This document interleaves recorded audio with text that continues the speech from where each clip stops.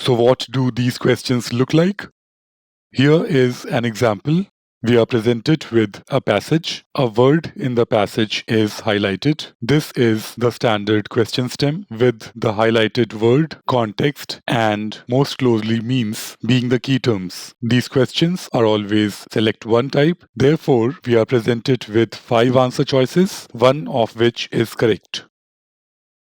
Therefore, please expect a passage, short, medium, or long, with twists and turns. That's quite the character of GRE passages. Expect a word to be highlighted, a question stem seeking the meaning of the word. This is generally the question stem, followed by answer choices. These questions are always select one type. Therefore, you are presented with 5 answer choices, one of which is correct. In such questions, meaning of a word is the dictionary meaning that matches the role and the context for the word in the passage. A match with the role and the context is crucial.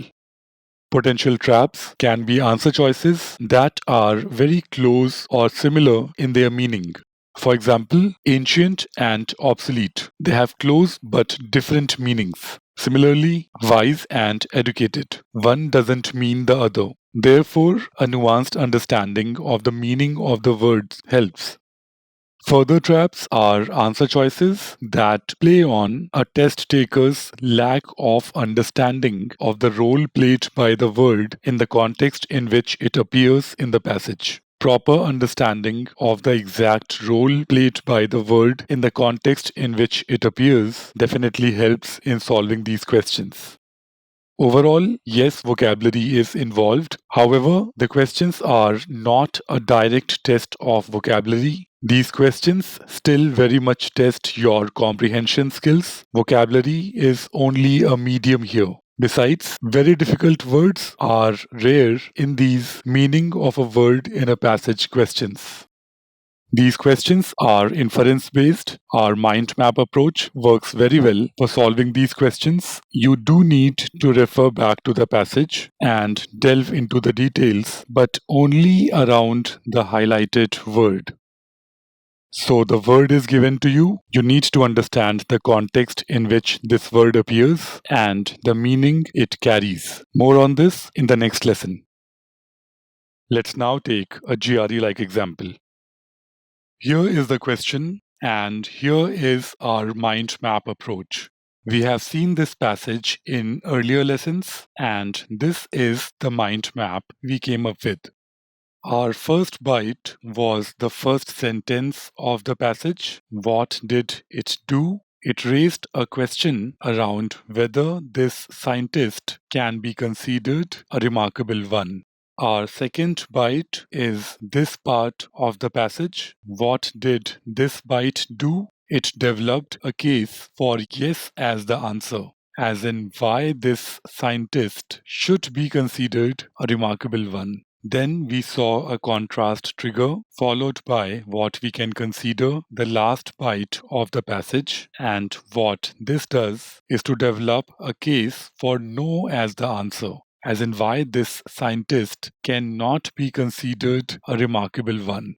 We completed the first 4 steps, and now we must go about reading the question stem. We see that this is meaning of a word in a passage question.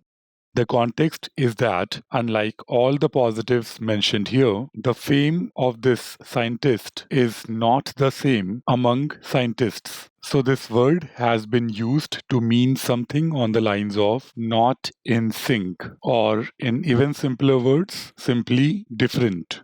Some answer choices can be very comfortably eliminated. Amorphous means shapeless, that doesn't fit. Misallied means allied, an inappropriate alliance. That, of course, doesn't fit.